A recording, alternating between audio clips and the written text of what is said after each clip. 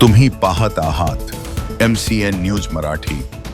मूर्तिजापूर तालुक्यातील शिवण आणि निंबा येथील घटनानंतर आता मानापोही गावातील तथाकथित भोंदूबाबांच्या जुन्या व्हिडिओनी सोशल मीडियावर पुन्हा धुमाकूळ घातल्याने संपूर्ण तालुक्यात खळबळ उडाली आहे। विविध प्रसार माध्यमांमधून गर्दीचे जुने व्हिडिओ व्हायरल करण्यात आल्याने परिसरात संभ्रमाचे वातावरण निर्माण झाले आहे। मात्र माना पोलिसांनी हे व्हिडिओ जुने असल्याचे स्पष्ट करत संबंधित दरबार मागील 2 हप्त्यांपासून बंद असल्याची माहिती दिली आहे।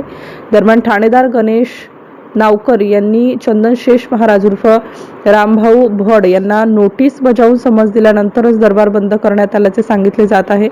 सध्या तेथे केवळ दर्शन भजन कीर्तन सुरू असल्याची माहिती स्थानिकांनी दिली आहे। या प्रकरणात काही जणांकडून सोशल मीडियाच्या माध्यमातून श्रद्धेवरच घाला घालण्याचे प्रयत्न सुरू असल्याची शंका व्यक्त केली जात असून त्यामुळे नागरिकांमध्ये नाराजीचा सूर उमटत आहे।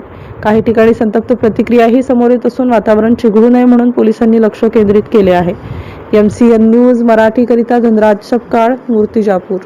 रामभाऊ भड उर्फ चंदनशेष महाराज हे कोळी येथील रहिवासी असून समाज माध्यमावर जो व्हिडिओ व्हायरल होत आहे त्यांचा जो व्हिडिओ आहे हा जुना आहे।